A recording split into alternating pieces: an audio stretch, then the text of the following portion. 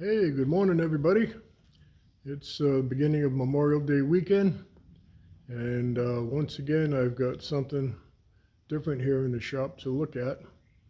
I'll be working on over the weekend. So in a second, I'm going to spin the camera around and show you what I got. I think it's pretty cool. I haven't owned one personally since about 1979, 1980 was the last one I owned. So let me show it to you, and I'll show you what I'm doing.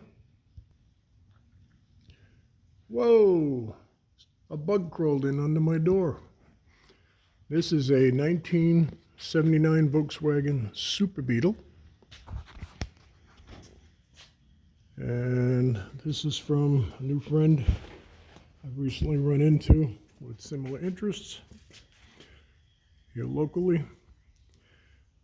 And what I'm doing here today, this Volkswagen Cabriolet, which is a fancy word for convertible, left the factory with fuel injection, and all those fuel injection parts pretty much for these Volkswagens are unobtainium. They don't have them anymore.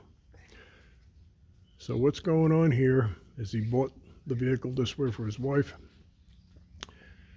and it was running kind of okay, and now it's running extremely rich. It's got a slight miss in it, and it's basically to the point where he can't take it anymore. And he's a fellow Harley Davidson rider, and he asked me if I could work on Volkswagens. I said, oh yeah, I had a bunch of them. Used to be able to buy Volkswagens when I was a kid, 50 bucks, 75 bucks, $100 if they were really nice. Nobody wanted them. Anyway, I'm going to go through this and document the whole procedure. He's got a new fuel pump. As soon as he told me it was fuel injection converted to a carburetor, I figured it was a good chance it's got a fuel pressure issue, because the fuel pump for a fuel injection should be, I think on these years, 26, 30 psi, and the carburetor only wants to be about 2.5 pounds fuel pressure. So we're going to check that, and I got to go through the whole thing. I know nothing about this car. We're going to check valve timing.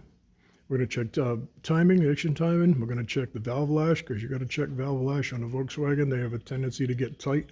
Unlike any other vehicle, they get loose, and Volkswagens have a tendency to get tight. It does have a skip, so I'm going to take a look at that. The fuel pump never shuts off on this vehicle. It's always running.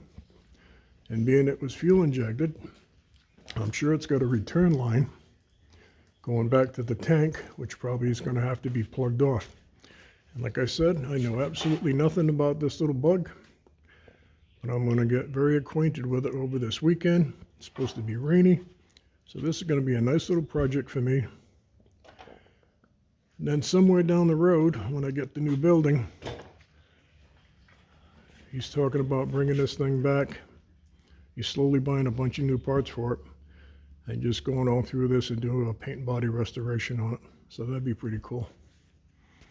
All right, so that's what I'm doing this Memorial Day weekend. Hope everybody's going to have a good one. I'm going to come out here and play with a bug. All right, this will be part one of what's going on the Volkswagen issue. Carburetor to fuel injection to carburation issues. I'm going to try to sort these all out and get this running good for them again. All right, that's it. That's part one. Hope everybody has a good weekend. Stay safe.